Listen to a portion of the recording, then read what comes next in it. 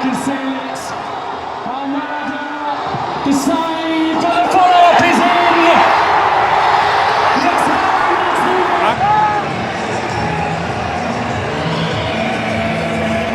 ഒരു ആധികാരിക ജയത്തിൽ ഒരു ജർമ്മൻ ആരാധകൻ തുടക്കം മുതലേ എന്നെ പരിഹസിച്ചുകൊണ്ടിരിക്കുകയായിരുന്നു. ഞാൻ ടീം വെളിപ്പെടുത്തി, അന്ന് ഈ ടീം തോക്കും എന്നുള്ളതായിരുന്നു എൻ്റെ പ്രവചനം. എന്നാൽ ആ പ്രവചനം ഞാനൊരു ചെറിയ ആശങ്കയും വന്നു. താങ്കൾ എന്നെ കുറേ കളിയാക്കി, ഇന്ന് ടെൻഷനുണ്ടോ, തോക്കില്ലേ എന്നൊക്കെ ചോദിച്ചു. അവസാന നിമിഷത്തിൽ ഫുട്ബോളിലെ കളി മാറും എന്നുള്ളതിൻ്റെ ഏറ്റവും പ്രകടമായ ഉദാഹരണം. അവസാന നിമിഷം വരെ കൊണ്ടുവന്ന് ടെൻഷനാക്കി വൻ വിജയം നേടുകയാണ് അർജന്റീന തിയറി.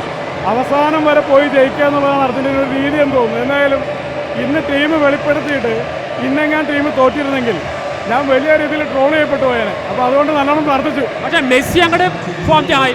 അതായത് പ്രതാപേട്ടന് വലിയ വിമർശനമൊക്കെ. അത് പ്രതാപേട്ടൻ്റെ ആളായതുകൊണ്ടാണ് മിസ്സായോ. മെസ്സി മിസ്സായോ തവണ? മെസ്സി മിസ്സായോ? മെസ്സിക്ക് ഒരു മിസ് പറ്റി.